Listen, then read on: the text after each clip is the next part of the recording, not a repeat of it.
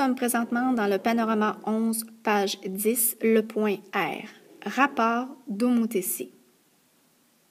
Donc, nous avons déjà vu que dans une homothétie, il y a toujours un centre d'homothétie et nous allons maintenant voir qu'il y a aussi toujours un rapport d'homothétie. Pour trouver un rapport, on a déjà vu qu'il fallait écrire finalement une fraction.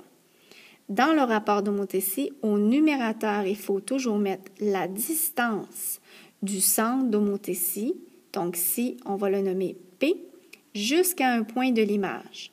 Donc ici, on a pris dans notre exemple A', mais ça pourrait être B', C', D', il suffit de prendre un point de l'image. Au dénominateur, nous allons mesurer la distance entre le centre d'homothétie, P, jusqu'au point initial, A. Donc, si on choisit B' ici, ça va être B.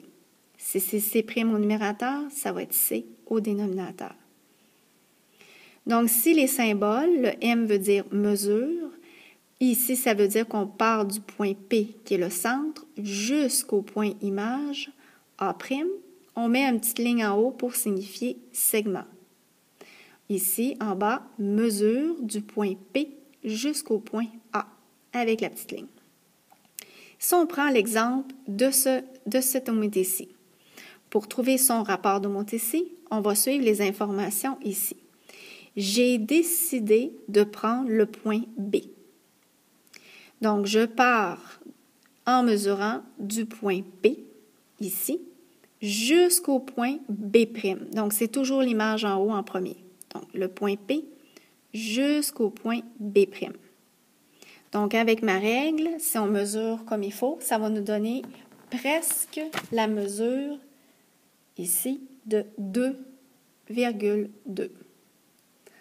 En bas maintenant, je dois mesurer du point P, mon centre, jusqu'au point B, puisque j'avais choisi B'. Donc, je mesure jusqu'ici, jusqu'à B. Donc, ça va mesurer ici environ 4,4.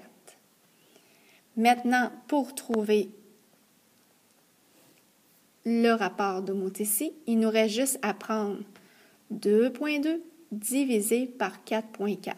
Ça va me donner 0,5.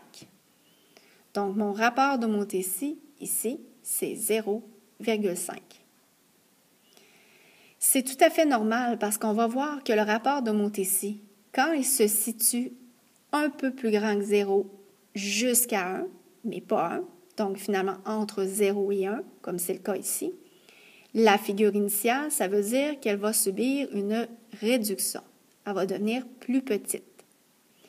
On va voir aussi que si le rapport est plus grand que 1, ça veut dire que la figure ici va agrandir. Donc, si ma figure initiale, c'est E, D, G, F, donc on voit bien ici que la figure, elle agrandit. Ça veut dire que c'est certain que le rapport d'homothétie va être plus grand que 1.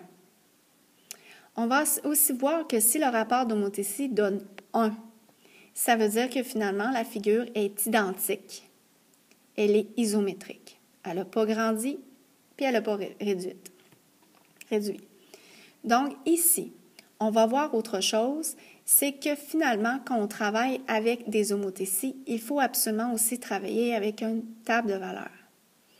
Dans la table de valeurs, on doit toujours mettre ici la figure initiale. Donc, c'est ça qu'il faut faire attention.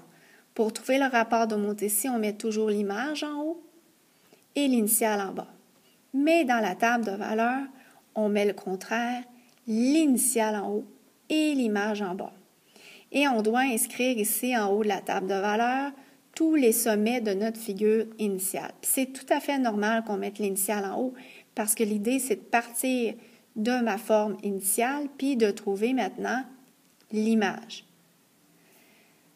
Puisqu'on a trouvé que le rapport d'homothétie, c'est 0,5, encore une fois, on revient avec l'idée de taux unitaire ou de coefficient de proportionnalité. C'est toutes des synonymes. Dans ce cas-ci, ça s'appelle un rapport d'homothétie. Donc, le rapport d'homothétie ici était 0,5.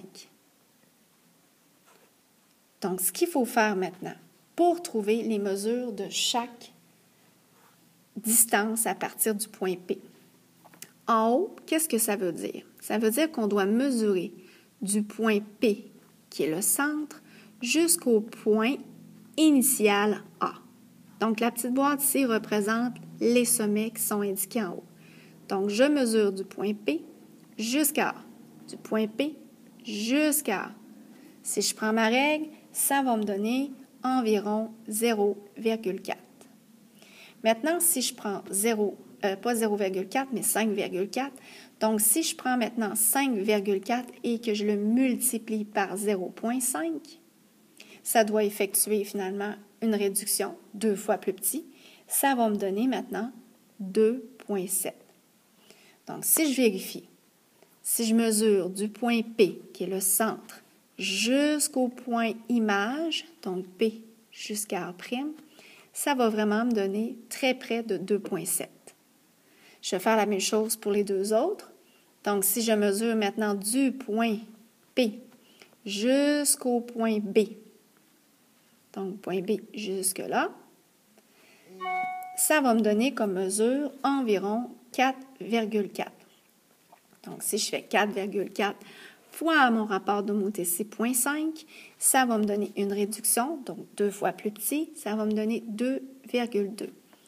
Donc, si je mesure du point P jusqu'au point B', ça va me donner très près de 2,2.